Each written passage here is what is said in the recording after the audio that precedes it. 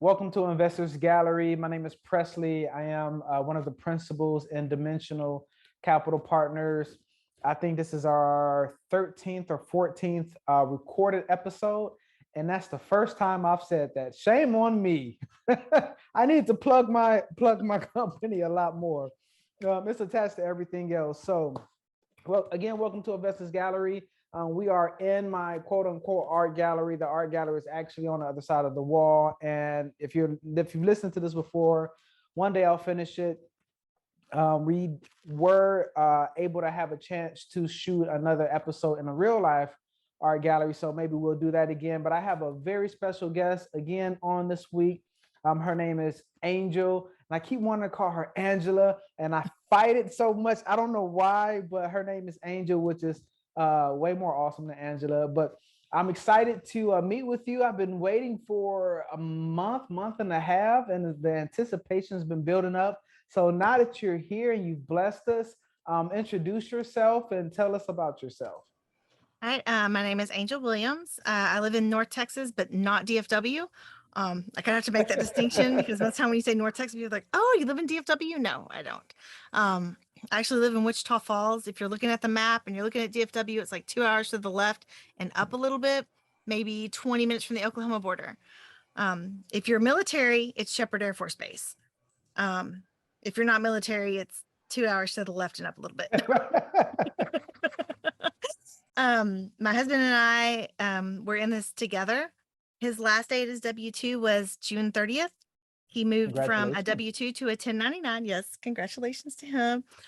He's still consulting, but he is really focusing on his underwriting business and really finding some more deals for us and helping those around us to helping those around us to find their deals too and make sure that they're good deals. So just a little bit about me and him. We both grew up in families that invested in real estate, residential real estate specifically. And then we decided when we bought our first house in, I guess it was 2003. We didn't even talk about it or anything, but when we left in 2007, that was our first rental. And it was really cool because it was like, we didn't talk about it. We didn't, we didn't fight about it. We didn't discuss it. We just, as we were moving, we started looking for someone that could fix it up. Because, when you're doing that make ready, it's better than the way it was when you were living in it. Right. Right. Like we dealt with the fact that the tub in our bathroom didn't work. But when we did the make ready, that tub had to work.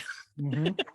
So that was really our foray into renting. And it was with that first house. And then the first renter was actually horrendous. Skipped in the middle of the night, left all her stuff behind. And I think it was the fact that we had grown up in the families that we grew up in, that was the reason why we didn't turn and run. Instead, it was, okay, how much is it going to cost to get our stuff removed? How long do we have to wait? What's the rule? What do we have to do? And let's get another renter in there. Yeah. And it wasn't a full on make ready. It was like $500 to get all her stuff out and to clean it up and get it ready for the next person. So it wasn't horrendous.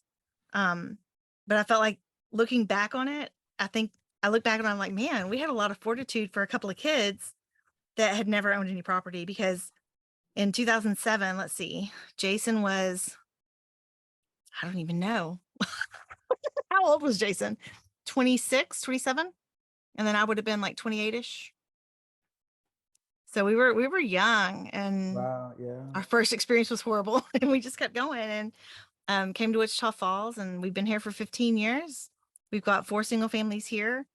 And then we've got a little bit we still got that single in Lubbock. We've got another single in Gatesville, and then some residential multi in Waco. And like, we've just kind of grown that over the past 2 decades. And then we got our first multifamily syndication across the line in December of 2021. I have so many questions. Let's start with the getting to know you in multifamily. I always like to know, in our space, in the multifamily space, we call it the 0 to 1. The first deal is the biggest, most exciting, by far the most difficult. Tell us about your 0, which will be your single family to your multifamily transition. How did that work, and how big was your first multifamily? All right. So we we started getting interested in multifamily probably, well, it was really Jason. Jason got interested in multifamily probably about 2017. And he found an event in Grapevine, and it was a Memphis Invest event. And we went there, and Joe Fairless was one of the speakers. And so we talked to Joe Fairless a little bit. And at that point in time, so this is about 2017, he had about 58 or 59 million in assets under management. By the way, he currently has 2 billion in assets under management, 5 years. Yep.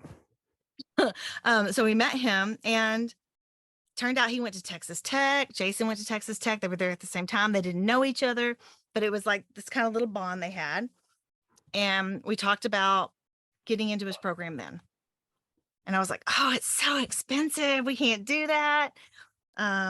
We should find a different program. And so my first word of advice is, once you find a program that you want to get into and that you feel is a good fit, you do whatever it takes.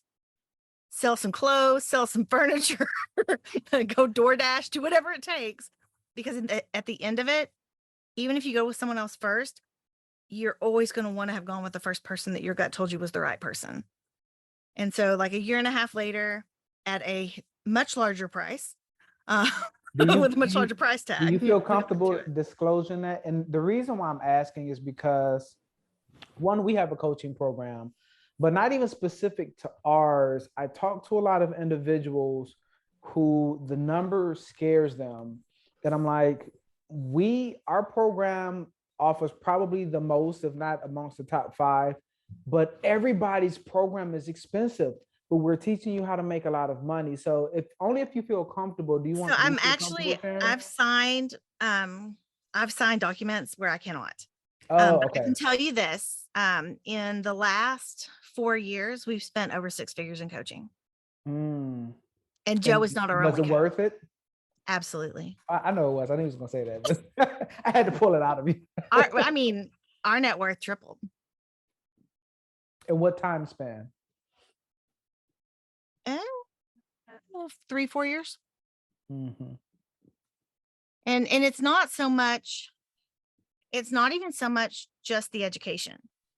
It's that you get included into circles that you wouldn't have been able to get into on your own in that amount of time. Yeah.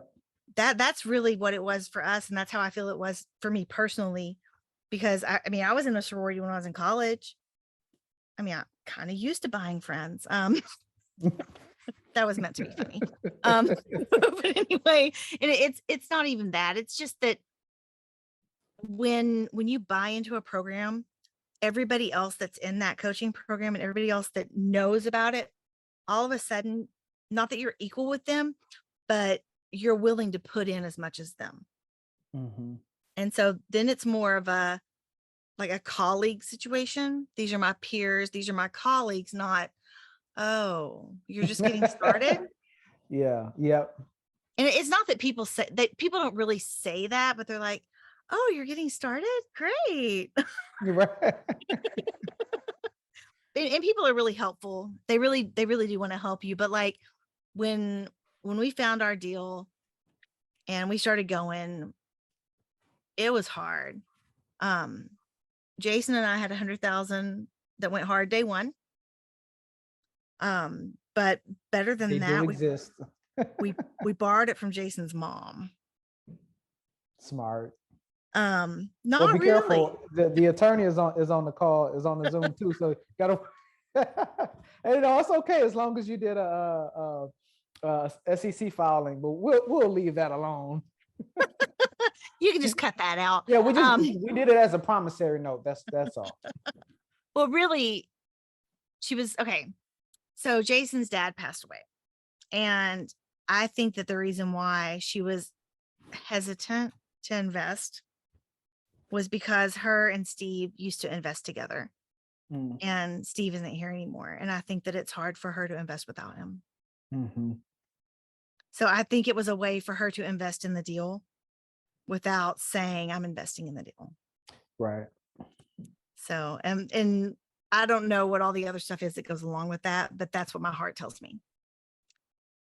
So we had that 100,000 that went hard, and we lost our first GP team. we lost our second GP team. We had to build a third GP team to get it across the finish line. Whoa. Yeah. Because it was, so getting a loan is hard. It's just tough. We couldn't get a KP accepted. Why is that? I don't know. We brought 3 different KPs to the table and none of them met the requirements. Oh, okay. And then at the end, it was like, okay, what if Joe Fairless is the KP? And it was like, oh, we don't even know if he would qualify. And at that point, I was like, I'm done chasing agency. And so They wasn't sure if Joe would qualify. Joe?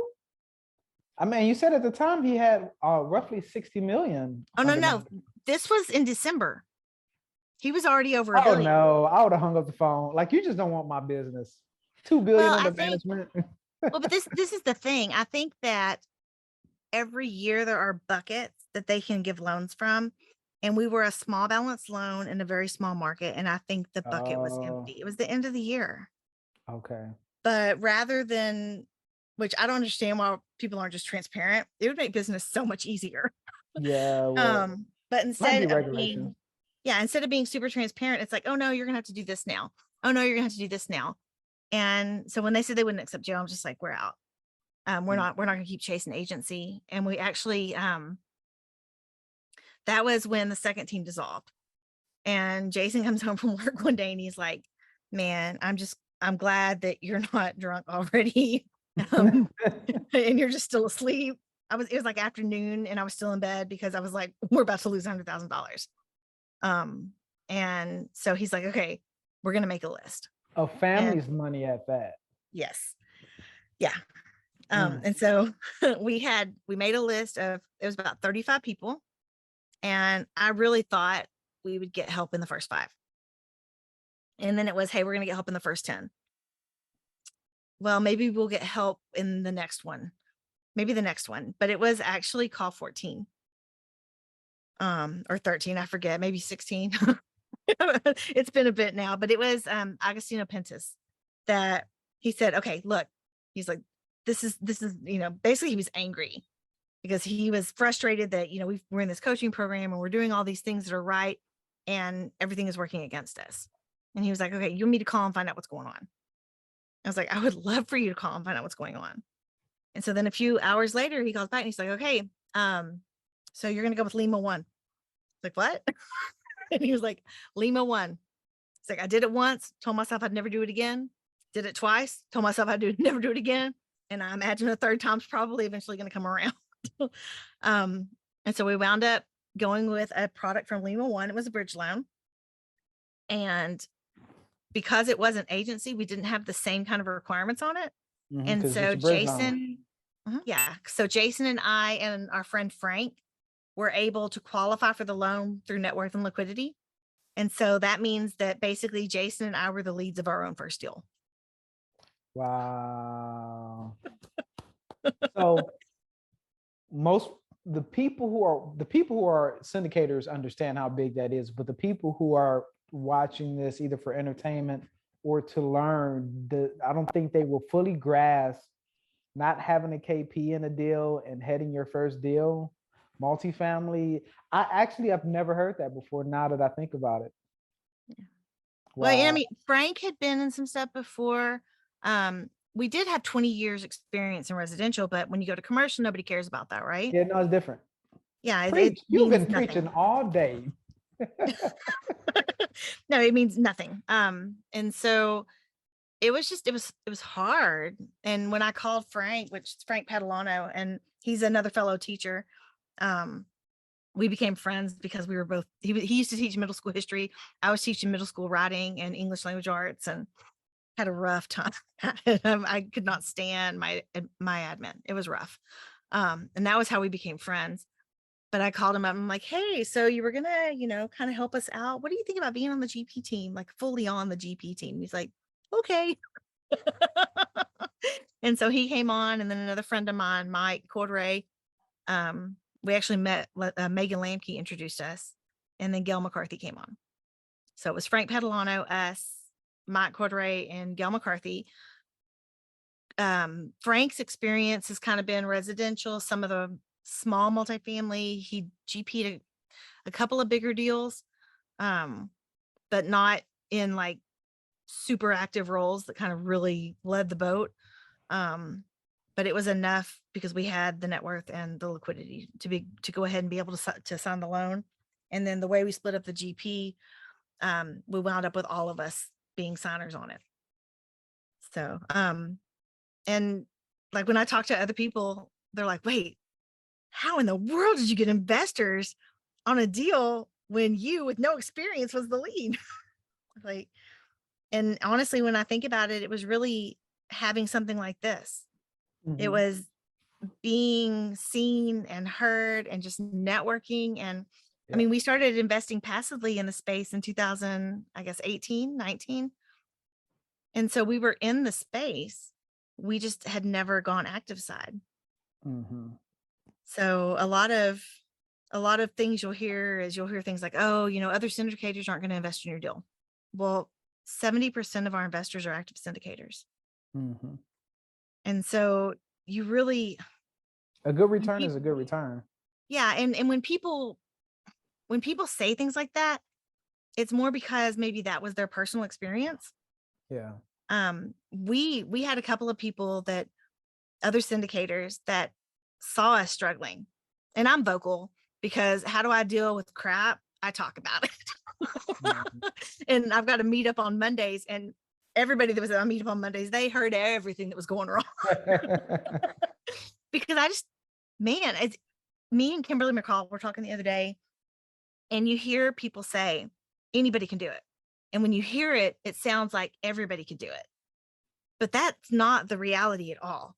Anybody could do it, but everybody cannot do it. Right. And so I think there needs to be that distinction there, because when things start falling apart, you're like, crap. If anybody can do this, why can't I do it?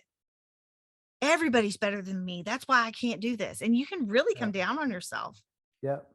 But that's just not the reality. It's, if everybody could do it, everybody would be doing it. Yep. No, anybody can do it. Everybody cannot do it. Right. So I just think that's a bumper sticker. You're going to be on all my podcasts. I just think it's an important distinction because I mean, I'm real hard on myself, and I'm the kind of person that when I'm down, I'm just going to keep kicking. I don't let up on myself.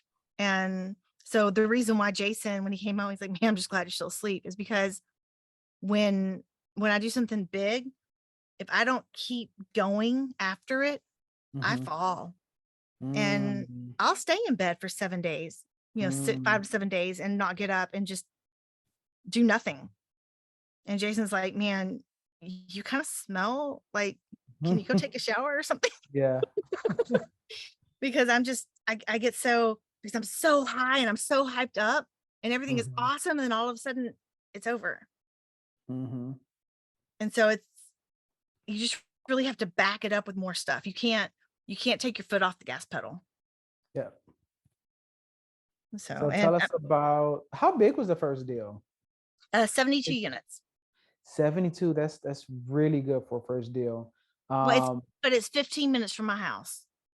Oh, that's even better. I think that's an important distinction. It's super close to my house.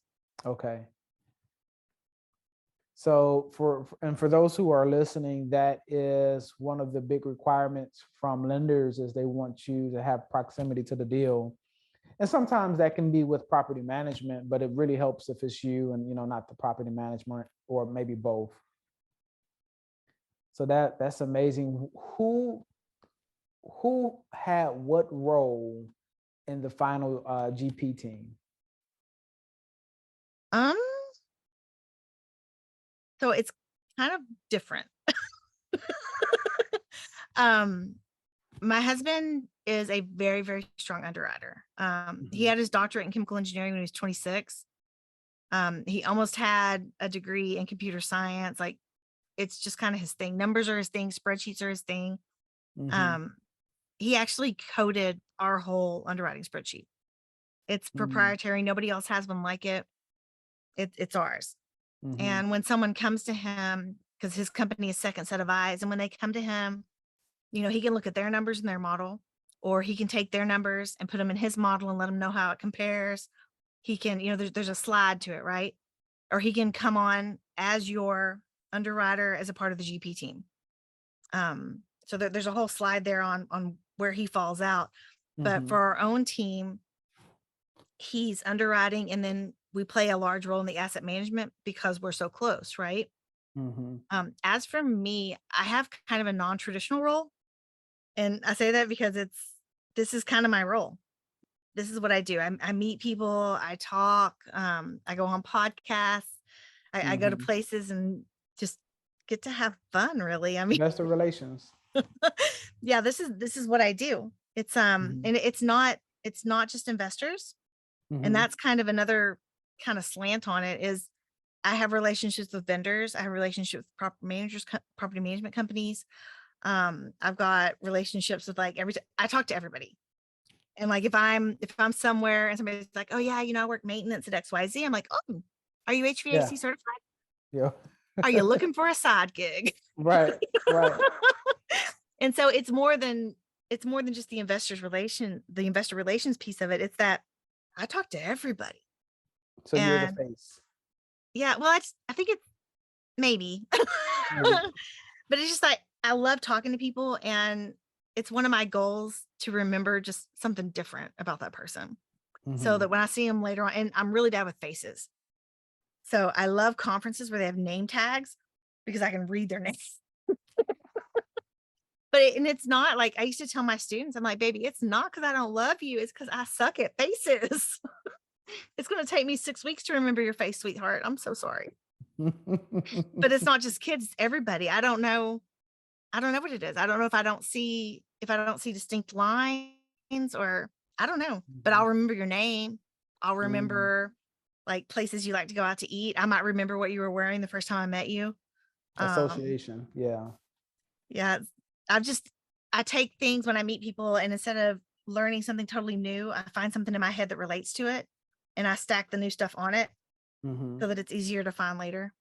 And I take phosphatidylserine. That is actually how the people who have that enter into the memory contest, that's how they remember things. That's how they remember thousands or hundreds of different items. It's I'm a nerd, so I don't I'll take you down a rabbit trail, but yeah, it's through association. Usually I can't do that, but I can remember. It takes practice. Just takes practice. But I can remember what I saw on my Facebook feed, I don't know, 6 months ago. And sometimes I can remember how people responded to your post and who said what. I might remember if there were numbers in it. It's just weird stuff. So your husband was or is the underwriter. You are, just to give a name to it, the face of Well, I am the I'm the CRO, Chief Relationships Officer. Okay. And I'm thinking about what is it in my head? There's 3 other people on the GP. And what are their roles?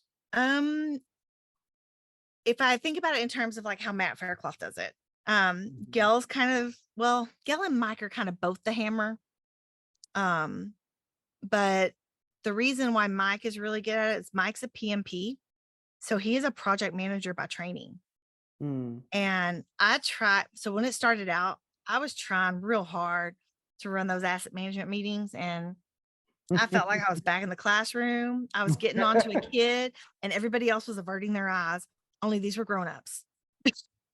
And it made me so uncomfortable. And I called up Mike one day. I was like, Mike, you are a PMP, and I feel like asset management is like any other project. And I think this is something that you could do, and you could do really, really well. And Mike had never owned a property before, but I felt like his PMP training would really help him rise to the top. And he took it on, and it has been really, really great. Gail is really good at having those hard conversations with people that nobody else wants to have. She's really, really good at that. And Frank is just really great at motivating everybody. and he knows the right questions to ask too, just to Okay. make sure that we're taking care of things and following back up on things that we needed to remember that maybe fell through the cracks. And Hmm. so it's not necessarily traditional roles, but everything is covered. Yeah, and Like you the guys money, the hammer, the brains, everything is covered. Just it's a little bit spread around because it's just a different kind of setup. how has your life and the management of your assets changed from doing single family to multifamily? Oh, it's just different. It is very different. So in single family, like we thought we were passive. First of all, that's kind of funny. We thought we were passive in single family and in residential because we had property managers, and it really helped me see that there is a huge variance in people's ideas on what passive is. Hmm. Because when we went from, well, we didn't move from, but when we were only knew about the residential passive, we were like, oh yeah, we're passive investors. Then we became LPs, and it was like, we don't have any phone calls. Yeah. And Jason's like, one day he's like, hey, we just got money in the account. And I was like, shut the front door. That's what passive is. Yes, that's true passive. That was what passive is. And we were like, so we're going to come into an active role, but we're not going to be managing the asset ourselves. So it's going to be kind of like using a property manager. It's going to be kind of similar to residential, but it's not. And my biggest issue has been multifamily. There's like this big lag. So like on a single family, if a roof has a leak, you call me, I call insurance, we get it fixed. Right.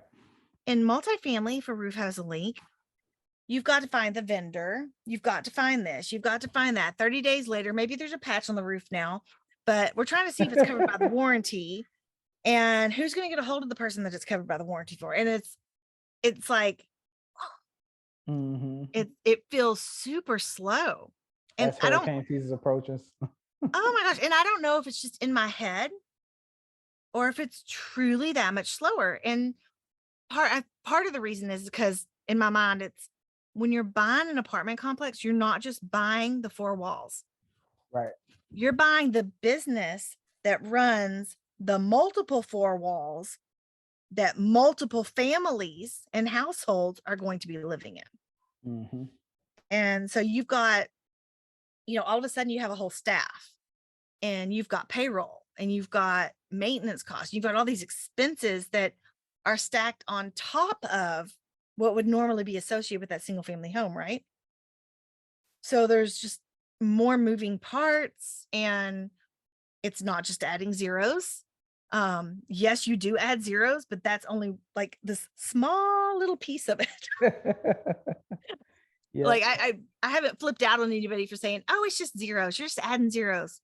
But I've gotten close because I'm like, it is not just adding zeros. Yes. Way more. Oh, I mean, it's the bank accounts. It's the bank accounts you can't even look at because your property management company doesn't want you taking anything out of it, or you can look at it, but you can't do anything to it. And Hmm. so like when our last property management company dissolved, yes, we've already gone through that. We haven't even had this thing for a year. We had 6 figures in an account that we couldn't even touch. Mm. So I learned. And this time we have another account that money was wired into, and we're holding on to it Mm. unless the property management account of the new property management company, unless they need some of those reserves, we're not offering it up, Hmm. because I refuse to be in the same situation we were in at the end of July where the company was dissolving and we couldn't get our money. We needed that money to operate the asset, and we couldn't even touch it. Mm. So How did you lessons, manage that? How did you get through it? well, that's a whole nother story. So my husband and my oldest went to Philmont, which if anybody here is a Boy Scout, it's a camp in northern New Mexico, out in like backcountry. There's no internet, there's no cell phone. It's way out there, right? So my world started burning down around me on July 15th. That was Jason's last day of cell phone service. Oh, wow. Okay. Yeah. So for the next 2 weeks, somehow, like it's not even somehow, in my mind, I had no other option. I found somebody to clean out a hoarder unit. I was up at the property all the time. Our regional was looking to find another property management company to move everybody over to. The maintenance guy didn't want to transition. So we lost our maintenance guy somewhere in there. The inside Wow. sales rep, yeah. The inside sales rep or sales leasing agent and I had a pretty good relationship. And she was like, Angel, where are you going? I'm following you and Jason. So that one was good. But at the same time, she didn't really know what was going on. And she was afraid. She was afraid that she was going to lose her job and be faced with a 3-day notice to vacate. Because when the previous maintenance kid, when he was let go, she was the one that had to serve him with the 3-day notice to vacate. Oh, wow. So she had that experience riding on her. And we just as a GP team, we got her on the phone. We're like, look, that company does not own these apartments. We own these apartments. Right. And we're not taking your home. Yeah. Nobody is taking your home. And so, we're dealing with these things that some people own, they go through 5-10 assets before they ever deal with anything even close to this. Mm-hmm. And I mean, we've been hammered in 6 months. Get it all out the way. That's all. Just get it out the way. And You and Lance, I call up Lance McGee and I'm like, I'm losing my mind here. I don't know what to do. And he's like talking me off the ledge. He's like, Angel, this is what you're going to do. You're going to forward me the credentials and I'm going to take care of this part for you. Like, thank you, Lance. Because I was just like, dang. And he's like, would you rather have all of this happen in this short period of time or be on a slow drip over 5 years? Wondering when the next shoe is going to fall, basically. Yeah. And so basically, pretty much the same thing you just said, I'm trying to just get it all out of the way. But in my heart of hearts, I know that it doesn't get any easier. I don't think you just become better capable of handling it. Yeah. Used to it. Yeah. What class property was the 72 unit? So it's an 80s build. And so a lot of people say, oh, right? A lot of people say it's a C. Mm-hmm. But it was very, very well maintained. I would really say it's more like a B, maybe a B minus. Mm-hmm. But it's been very well maintained and the clientele is very much B class residents. Okay. Yeah, sounds like a B. Yeah, Yeah, I don't think assets should necessarily, I don't think the box should be that rigid because sometimes, No, I agree. I don't think the vintage is the end all be all. Mm-hmm. So, but it's been hard. Learned a whole lot of lessons. So now you're in multifamily and you're officially a syndicator. And I mean, you've always been an investor, passive and unknowingly active. What's different? Like, is your day different? Do you wake up and do things different because now you're an investor and not tied to any business or?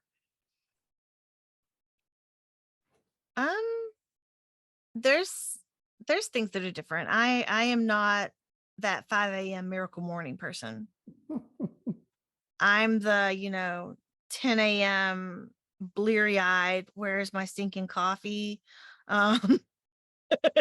Just let me wake up kind of person.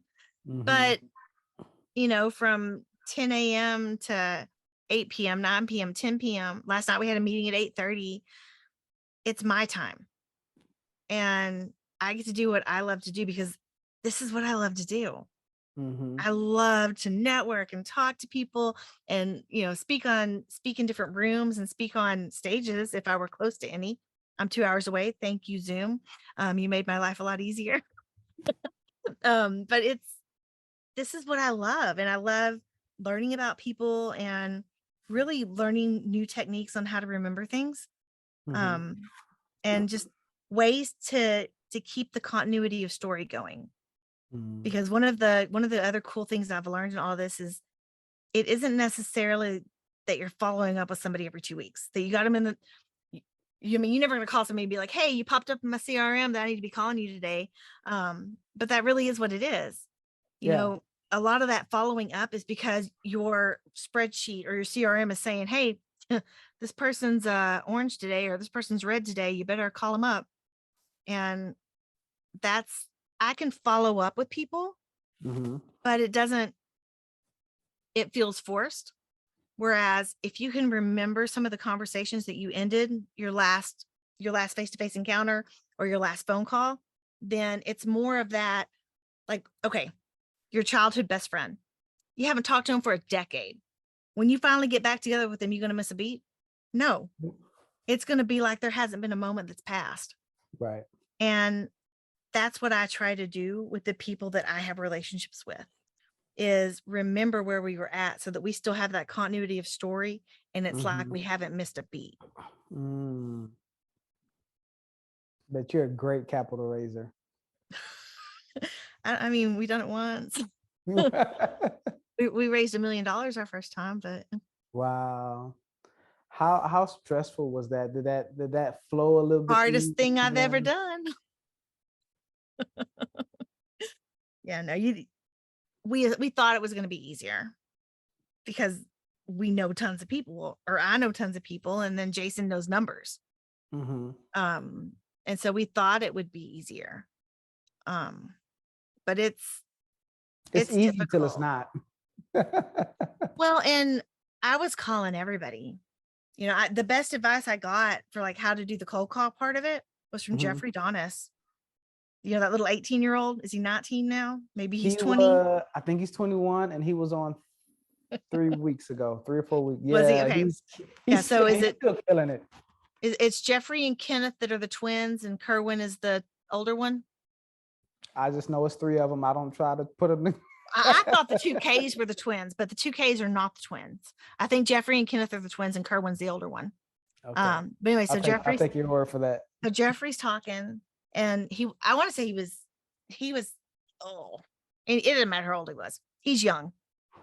Yeah, and he was talking about the double dial. What the heck is the double dial? He's like, you call, if they don't answer, hang up, wait 30 seconds to a minute and call them back. Most of the time they're going to answer on that second call. So I was nervous. It usually means emergency. Well, or man, who is this number? That must be important.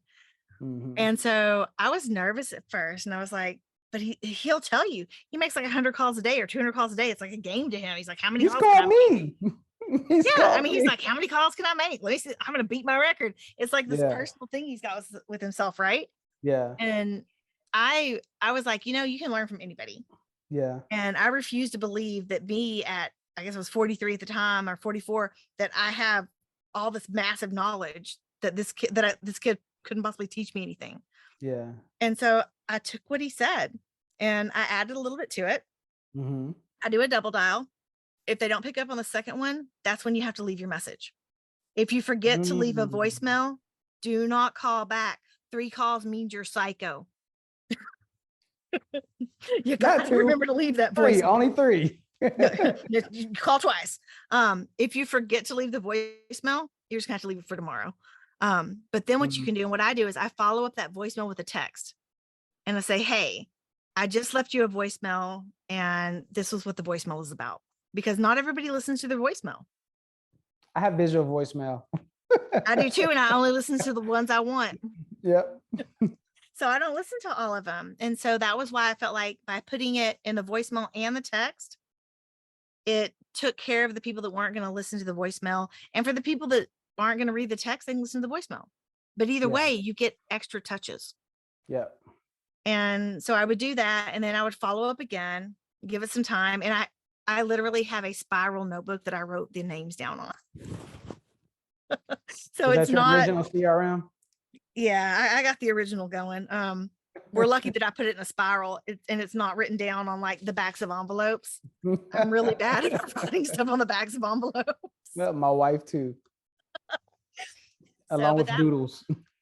Yeah, but I mean, that was how I got started.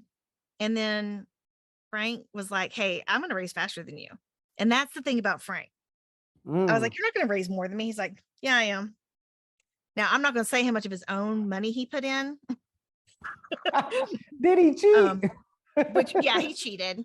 Well, not really, but it was more, he wanted to make sure that we got that deal across the finish line. And without Frank, I don't think it would have happened. We had to backfill him. And that was how we hit $1 million, was because he got us across the finish line, and then we just kept raising, and we backfilled him until we were done. So 2 questions. One, do you buy the majority of your list, or is it organic? And this is, first deal, because, I understand things evolve and change as you become more seasoned, but originally, where did most of those numbers and information come from? My head. Well, I mean, as far as the investors, the investors that you call. They were from my head. It took me 7 days, 6 to 8 hours a day to get it from my head into the database. Okay. Wow. It was 147 people, I think. And that was because I just stopped. So more from what, family and friends? So sometimes it was, we'd have a stack of business cards. And between the business cards, when I saw the business card, if I couldn't see the person in my head, I don't see the face, but I see like the person, and I see like little bits of information around them, like little writings. If I couldn't place them from that, I might look on Facebook or LinkedIn to determine what I could remember. But most of the people, like Gail McCarthy on our GP team, the first time I ever met her, it was at BEC 2020 in Keystone. She had on a dark mauve purple suit and little heels. She's like 6 foot tall, and she just confidence just pours off of her. Like, I remember the room we were in the first time I ever met her, and I had no clue who she was. And so it's like when I'm pulling those people out of my head, those are the memories that I'm pulling. Yeah. I remember the first conversation we had. There's things that I remember about people. Like I know that there's certain people that when they go and look at a property, when they're done, the team goes and finds a random barbecue place because they want to post pictures of the barbecue place on social media and say, hey, we found another good barbecue place. I know people that after various sports tournaments with their kids, they have like traditions where they go to a different kind of restaurant, or they go out to like a local park, or it's those weird things that I remember. And so that, I think it gives me an edge. And the thing about it was, like, I never knew that was abnormal, because it is my normal. And so I just, yeah. Do you think being in Wichita Falls gave you a slight disadvantage in raising money? I mean, it could have. Versus like being in Austin or Dallas or New York. So that's kind of one of the other pluses, though, because I will drive to DFW for a meetup. Like Nick DeLeon has a meetup, like usually the 3rd-ish Tuesday of the month, and I'll drive down for that. And it's like I might get there at 7 and leave at midnight, leave at 11, leave at 1, and then I'll come back home. I also go to, at least Landry has one. Sometimes it's on the same night. When it's on the same night, I start at hers, then go to Nick's, and then go home. So I can pull 2 out of the bag. Wow. But could it have been a disadvantage? Maybe, but the property is here in Wichita Falls, and we've been investing here for 15 years. So we know the market really well. We know the clientele. We know when you can push and when you can't, as far as like rent goes, and what are some of the best ways to find alternative sources of income. And I feel like we have a better connection with this area because it's our backyard. And that was helpful. And then the other thing was helpful was, like, we had investors that they really just wanted to see us succeed. And so it wasn't the numbers, it wasn't the asset, it was they liked us. And they just wanted to support us. And that is seriously and honestly the reason why they invested with us. I did a interview, podcast with Albertini. It's easier to say his full name than his nickname. I think his nickname is Teeny. And yeah, same thing. He found a very small multifamily in North Carolina, and met the owners, had dinner with the owners, and wrote the contract. I think the next day, only $1,000, earnest money. He extended the contract 3 times, and it was just because it was more of an unspoken thing. But you can tell that they just wanted him to be successful. And Albertini he's 25. He's another Jeffrey. He's very young and being successful at this. So yeah, those relationships and curating those relationships are very, very important. And I'm taking all the notes from you because you're amazing. Jello. So what's next? So you have one now, and you said, have you gotten a second one now, or you're working on a second one? We've been looking at some second ones. We're actually looking at an RV park right now. Mm-hmm. But it's not in our backyard. And so I'm like, because I've gotten kind of spoiled.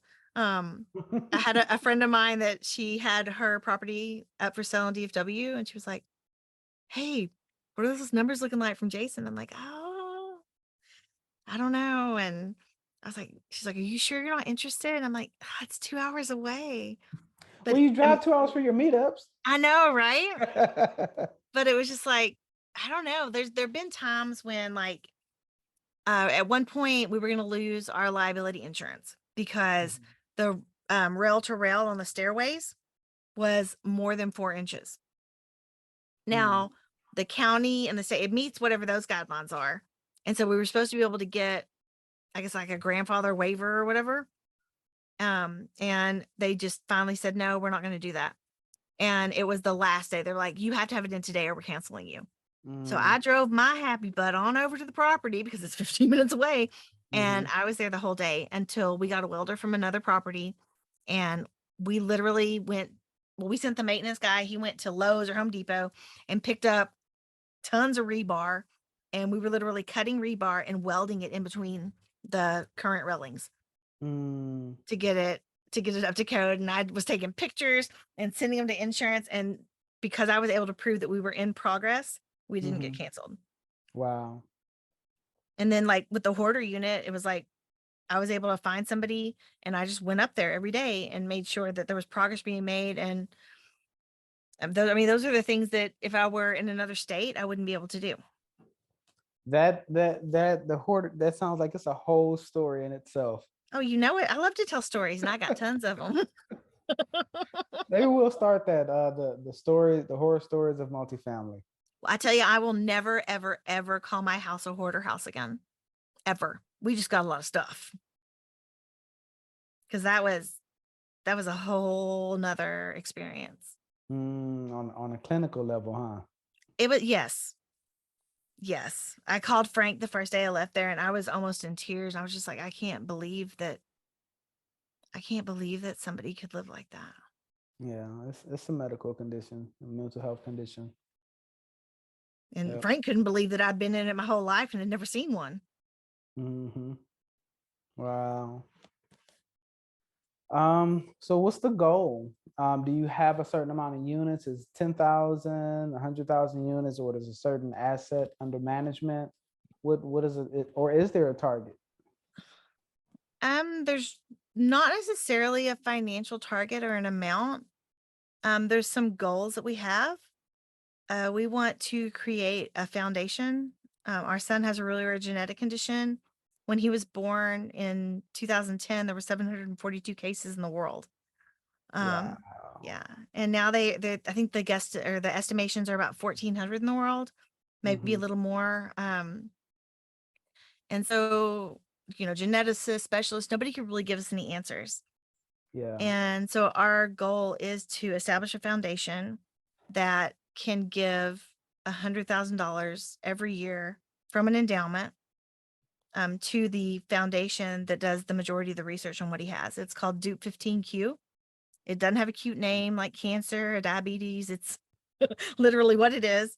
It's Dupe 15Q because the genetic anomaly is there's a duplication of a piece of the 15th chromosome. It's from like 11.3q to 13.1q on the long arm of the 15th chromosome.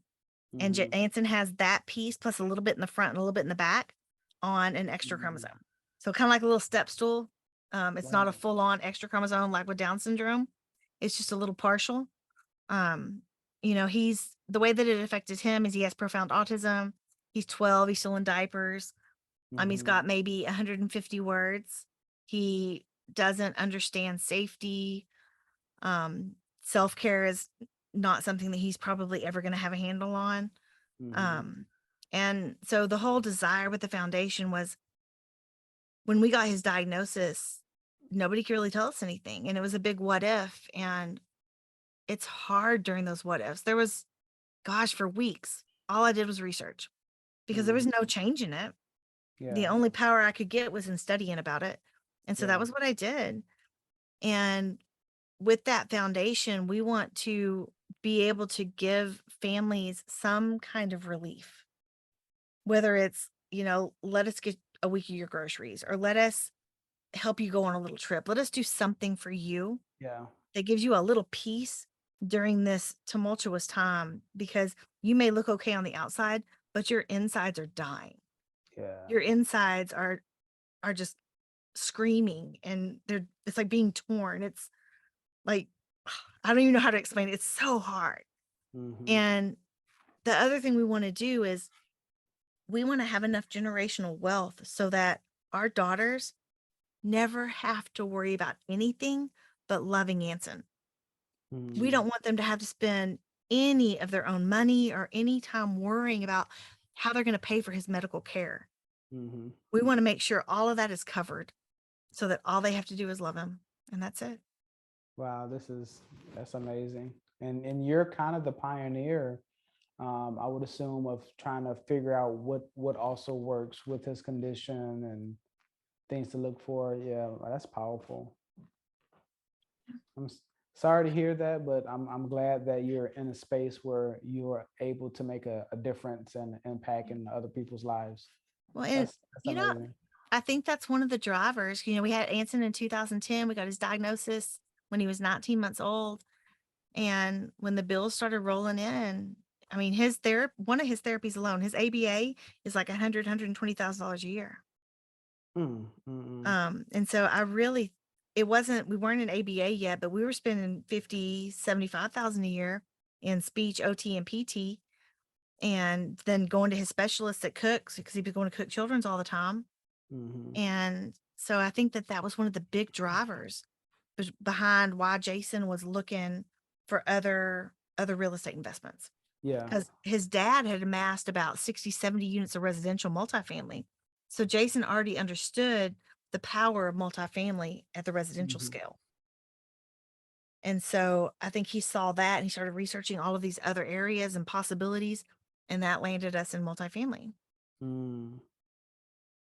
Wow. So what is the relief or the release for you guys now that things are starting to change? What are you providing with yourself or looking forward to in the future? Maybe vacation or a trip or a thing, car. Is there anything that you're like, we deserve this because we work really hard? You know, I think we actually may have taken our first family vacation last weekend. Wow. Tell me about it. Yeah. So my friend Camilla I remember her posting about having a cabin in Broken Bow. Where is that? No, I've heard about Broken Bow. Broken Bow, Oklahoma. I have heard. Yes. Okay. So Camilla Jeffs posted, she was on Facebook or LinkedIn, that they were like not building it, but they were fixing up this cabin. They had gotten a short-term rental in Broken Bow. And so I texted her and I was like, hey, do you know if your cabin's available next weekend? Or if it's available soon? She was like, I don't know, but here's the website. And so, you know, I didn't ask for a discount. I didn't do any of that. I just knew that she had a cabin. That's what friends do. Yeah. I just knew she had a cabin. And I got on that website, and lo and behold, it was available the weekend before the week of the 17th. Because Anson was his first day of school was August 17th. And we were driving back that day. So we pulled that rich kid stunt, oh, I'm going on vacation. We just didn't start him the first day of school. Right. All But right. it was amazing. We drove to Broken Bow on Sunday, and we went to the grocery store, fended for ourselves Sunday night. We got like cereal and things like that to get through breakfast and lunch. And then we hired a private chef to come on Ooh. Monday night and Tuesday Okay. night. It was amazing. All Basically, it was like a right. little. Do you ever remember seeing Mario Batali, the redheaded Italian guy with his Crocs, and he would have his friends at the table, and they'd all be drinking wine and talking while he was cooking. Oh yeah. Okay, so it was kind of like that. And so it's me, my 14-year-old, my husband, our 5 and 7-year-old are kind of running around crazy. Anson was in the bunk room, which is amazing. They built the bunks themselves. They're built in, they're gorgeous. And Mm, Anson was in there watching his iPad, and we just got to asking questions. And mhm, so it was like having a cooking class. mhm, And there was the first night we did like this chocolate creme brulee, and mm, he left his torch and mhm, 2 cooked creme brulees that hadn't been bruleed yet, I guess. mhm. So that we could try later to put the sugar on them and do the crispy thing. I don't even know what to call it. It was so That's good. all Like I'm right. sitting here, I'm like That's all salivating right. like Pavlov's dog. It was so good. But it was like to have that experience. And then we came home the next day, and it was so funny because my 7-year-old's like, "Can we have a chef at home, mommy?" I was like, "Girl, don't you go to school saying that stuff. That is so Right. pretentious." But it was those experiences that we would never have been able to have if we weren't in the space. We might not have even known that those kinds of things existed Mhm. if we weren't in the space. It can be a very dangerous path. I have friends in that space. They're kind of in real estate, but they're in other things. And yeah, I used to go over once a week, and the chef would always be there and cook for me, and just the trips and hey, we're going to such and such, and it's like, you're doing what? Yeah, so I totally understand, but it also um gives you a taste of what you could have if you put your efforts in the right place. Because working hard is just not enough. Because you can work hard in a factory, you can work hard at a W-2, and if your W-2 pays $60,000 a year, working hard is going to get you $60,000 a year. But working hard and making double phone calls will get you to raise $1 million to put into your first property. And then, that goes into the next property, 1031, into the next property, and so on and so forth. And then before you know it, you're getting, mailbox money, because it seems like everyone who's successful kind of ends up at class A's for whatever reason. I haven't gotten there yet, but I'm assuming it's, less work, halfway decent returns and the acquisition fees and stuff, and the Well, and coordination newer of all assets are these. probably less things that break. Yeah, and a lot more money to go with it. So, but yeah, and I really appreciate you sharing that story. And I challenge the people who are watching and who are listening to go explore things that you might not ever be able to indulge in a little bit further than just, flying on a jet. It might be having a chef at the house. It might be as simple for some people as having a maid at the house and cleaning. What do you mean I don't have to wash my own clothes? There are so many things, and these are the things that the average person knows about, that is, kind of accessible to us if, we make a little bit of money and we put our money in the right place and we have a little bit of disposable cash. But there are things that people just don't know about. I have a friend who has a black card, and the stuff that they tell me that the people in American Express or Centurion card that they'll do for you is like mind blowing. Like, they did what? Like, they bought you tickets that were sold out, and they got you, backstage passes, and so Wow. I challenge the listeners and the viewers to just indulge yourself and just allow yourself to dream for a few seconds, because sometimes that dream can get added to your why, and that makes your why that much bigger. Yeah, no, absolutely. And I used to teach when I was teaching middle school, it was at a high poverty, very ethnic school, 40% Hispanic or 45% Hispanic, 40% Black, 15% mixed white and Asian. And I had a lot of boys and girls in my classes, especially the boys were like, I'm gonna be a football star. I'm like, okay, baby. So let's talk some statistics here. Let me show you the numbers. And the other thing I had on my side was when I was at Baylor, I was an athletic tutor. And one of the guys I tutored, went pro. And what I'll tell you about Ethan is Ethan was a 360-degree athlete. He cared about what he ate. He cared about his sleep. He cared about how he worked out. He cared about his school. He cared about the whole package. And that's a different kind of athlete. And I had another guy that went pro in baseball. And they just do it different. Yeah. And you see I would imagine that Ethan was the same way in high school, probably the same way his whole life. Yeah. And so I would tell these boys, I'd be like, it's like 0.08%, but maybe, honey. Definitely one of the boys in one of my classes, he'll play college ball. So long as he doesn't go down the same path as some of his relatives, he will absolutely play college ball, maybe pro or basketball, because he's good. Man, he's good. He's good. But when we would talk about money, they say, I'm going to go buy me this. I'm going to go buy me that. I was like, no, you're not. Yeah, I am, miss. I'm like, no, honey, you're going to pay people to do the things you don't want to do. Right. He's like, what? I was like, well, I hate cleaning my house. So every other week I got somebody that comes to my house and does my laundry and puts my laundry away and cleans my house. And they're like, what? But I got real close to my students and we like luxury watches. And so when I got my Rolex, my kids, it was really cool. They're 7th graders. And I will never forget that one of my boys looked at me. He said, Miss, you deserve that. Wow. Oh, right here. Right here. Oh, and when I got it, I took it off. I let them try it on. And one boy tried to go to the door. I'm like, where are you going to fence that? You ain't going to be able to sell that nowhere. And the rest of the boys are like, come sit down, man.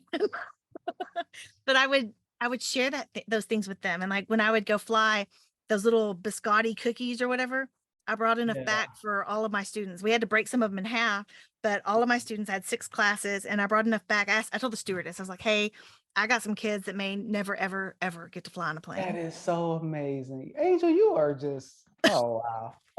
Because I see those cookies on, I'm like, oh, I don't like these. I like the ones with is it the peanut butter or the chocolate in the middle? I never get those. They're Biscoff. They're Biscoff. That's what they are. Biscoff. Well, and then it turned out that they sold them at the Dollar Tree, and it totally deflated me because I've been loving those Biscoff cookies, right? And I was so happy that the stewardess gave me sleeves of them to share with my students. Wow. But it was, my students knew my heart. Yeah. And that I wanted to share that with them. And that was another really cool thing. I have a friend that came to my meetup today and he was like, man, that was the most amazing thing. When I told people I wasn't working anymore, they congratulated me. And most of the time when you say I don't have a W-2 anymore, people are like, oh my God, what are you going to do? How are you going to make money? And he was like, it was the most amazing thing to have people congratulating me when the rest of the people that are supposed to be my friends and then my family are wondering, what the H I'm going to be doing now. Right. When I'm surrounded by all these people that are congratulating me for going after my own dreams. It's a different family. It's a different kind of family. And my students were that for me. I could tell my students my dreams and they wouldn't laugh at me. Yeah. They wouldn't say, Miss, you can't do that. Yeah. It was more, hey, Miss, you deserve that. Wow. So give us 1 or 2, like you haven't given us enough gold nuggets, but what gold nuggets can you drop on us and bless our life with before I see if anybody has questions for you? Man, I don't know. Just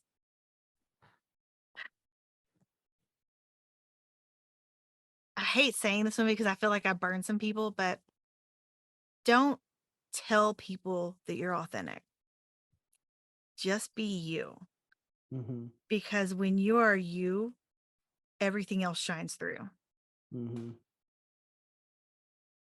I have a friend, me and my stories. It's funny, my partner and I, we trade stories consistently all day long. I say something, he's like, yeah, and what happened to me? But that's the brotherhood we have. But that is so significant. And I usually don't tell stories too much because I like the, whoever I'm interviewing to share their gifts and stories and experiences. But I think this is powerful. When I was 19 years old, um, so I've always wanted to be and been an entrepreneur. I've had business cards since I was like 7 or 8 years old with my name on it, just to say I have business cards because my dad owned a construction company. But at the age of 19, I met a young man, and I think at the time he was a DJ, um, and he was a very rugged dude, like very, very street. And he had contracts with, I know Hennessy and I think a few other major brands. And he was having very high level conversations. And my mom worked at which was then Corgan's and is now Bailey Banks and Biddle, and she would take me to work with her. So I grew up meeting astronauts and meeting all these like amazing people, and that's what crafted me into the person I am. So I know you would really never see me not in a suit. I don't really have any clothes. I have one pair of jeans. So me meeting this young man, and I'm like, you're going into the meeting with a hoodie on, and this was 2002, 2003, before that was culturally acceptable. Before that looked like success. Yeah, I'm like, you're going into this meeting with, and I remember specifically it was Hennessy with the hoodie on and this big old bag, and he was like, yeah. I was like, you don't think they're gonna look at you a certain way? Or he said, no, I'm just me.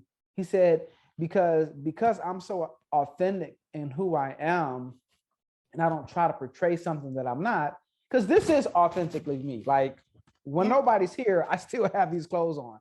Like my wife will tell you, I only like to talk about business. Doesn't make for the greatest marriage in the world, but she's kind of the same way as well. And she just got her MBA, so I'm kind of dragging her into the entrepreneur field.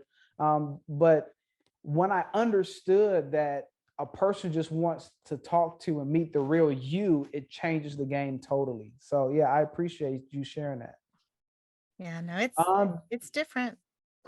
And Does it's so funny that you're talking about like your suits and stuff. I'm like, I'm jeggings and t-shirts. Yeah, it's just about being you. And I think you can reach more people and communicate far better when you're being you, because you have an amazing personality. You're bubbly, you're very lighthearted. And I think if you tried to be serious, it wouldn't really work. It would seem like you're forcing something. Yeah, no, when we went to BEC 2020 at Keystone, I was like, okay, Jason, we got this summit coming up. We're fixed to be our brand. You sure you want to wear that bow tie? He loves those dang bow ties. He ties them himself. They're not clip-ons. They're not the ones that you hook the little hook around the band. They are straight up tie. And he's like, nope, this is what I want to do. I'm like, all right, well, I'm wearing jeans and t-shirt and with the purple. And I was talking to Matt Faircloth, I guess this past February, and he's like, that's your brand now. You ready to always have purple and blue hair? I was like, I think I am. But it's, yeah, you just be comfortable in who and what you are. Comfortable in your own shoes. The people that are meant to be around you are going to be around you. And honestly, being a little polarizing is not a bad thing. That way, I mean, people are either with you or they're not. Yeah. And you don't have to worry about that. Let me walk on eggshells with this middle of the road group, and maybe I can sway some of them over. Maybe somebody will invest with me someday. But it's almost better to have a small, super loyal group than to have a large group of wishy-washy people. I agree. You have been amazing. Yeah, far outdone yourself. Please join all the rest of my podcast and sprinkle your amazing dust. I appreciate you. I appreciate your spirit and your kind-heartedness. Thank you. So I don't know how to say compliments. I'm sorry. Does anybody have any questions before we wrap this up? It looks like we went through a lot of people. A lot of people came in and left and came back. But does anybody have any questions before we let Mrs. Angel go for the night? I 3, love 2, you, Tom. 1. All right, so no questions. I appreciate everybody listening, and so this will be everywhere. So it'll be on YouTube. The full video will be on YouTube. The audio will be on Google Podcasts, iTunes, Deezer, it's a Stitcher. It's like 30 different podcast sites. So if you just Google Investors Gallery, something's going to pop up. So I will send you that. I will send you the all the links, and then it's also going to be on our website, and you'll have your a short bio under your picture and your full video interview.